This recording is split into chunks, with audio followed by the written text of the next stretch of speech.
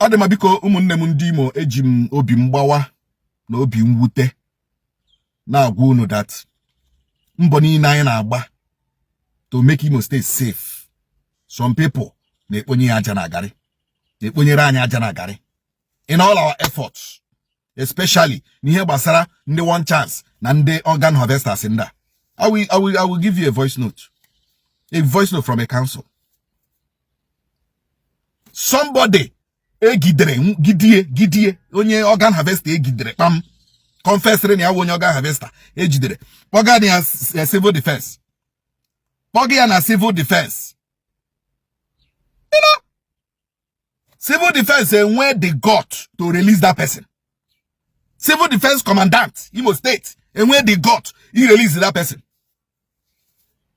He release onye organ harvester Johnny ya confess ya egidere pakam Imo State here. Let me play the voice. Because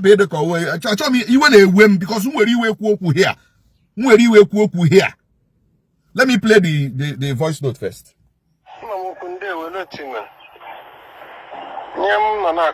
Today, my clients, the organ harvesters, Buriana na Okigwe Road, with one white bus on our lodge, Ebruya.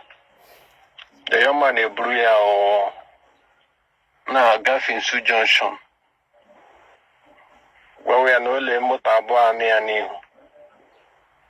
or Funkeni ani no Funkeni as none done a hand there over to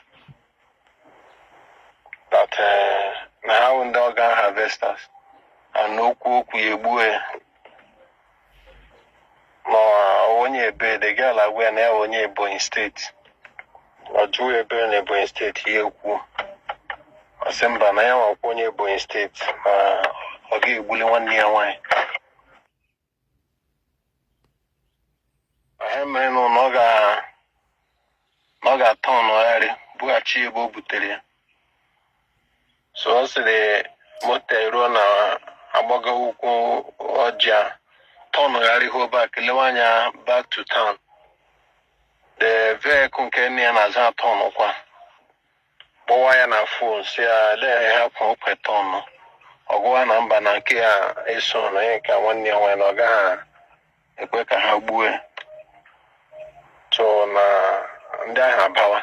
Or say I don't worry. Or what again, Emily and Yaga be a barrier so that for the people. The guys say barrier, wide way more. Around 9, Mona Bali there after 10, yeah, Gawa, Lewanye Burud. A beside the tiger, body a babaga somewhere they don't live.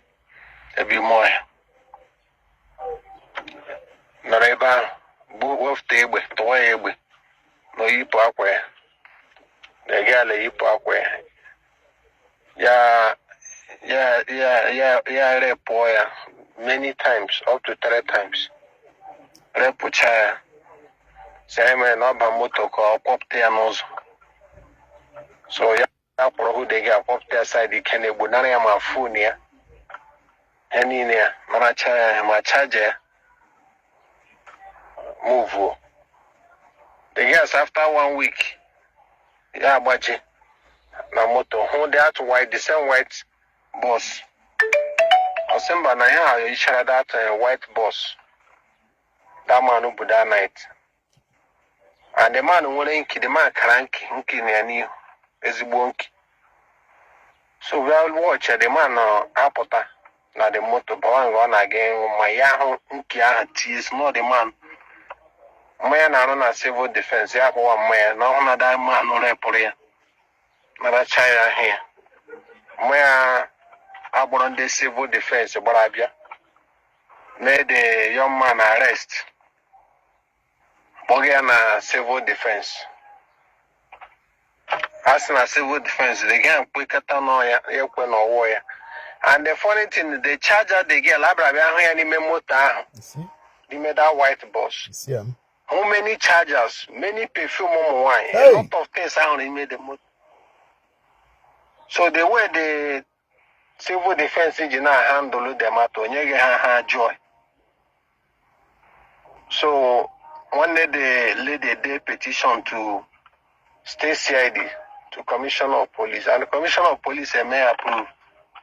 So how could you wally have a shreko transfer the matter to from Tiger Base? So how was there no chicken Arabia? They blew the fire. The same evening, Mother Gallagher Gaya. See, Mata, I like notation, Megan Emerald Nachi, and the only daily petition gave the police to take over from Tiger Base. The man has sent Sobana. The same night, the man in order, I might get on the man. Was on the beggar for the man since. The same night, in order, I release the man. Release the man, release the motor. The man Allah. Evidence. Chabana just commander has said, well, someone when they no ya release you and mobile actually the young man. Na ya boda. Which I'm no wa shoga boda. On na his go ha. Odema akuna hana mpuni na Ndi Imo State against the organ harvesters. Commandant Civil Defense Imo State here anana ego. Release here only organ harvester ejide. Evidence to prove charge that girl ahụ ya n'ime moto this organ harvester and other chargers and other perfumes so mabobia. Iji go the henda mega Imo State. Commandant is Civil Defense ga-enyere anyị aka na ọrụ anyị na-arụ here. Don't so kwa na Jesus we kwuo inyo. Anyone on so kwa. But they cannot do their work.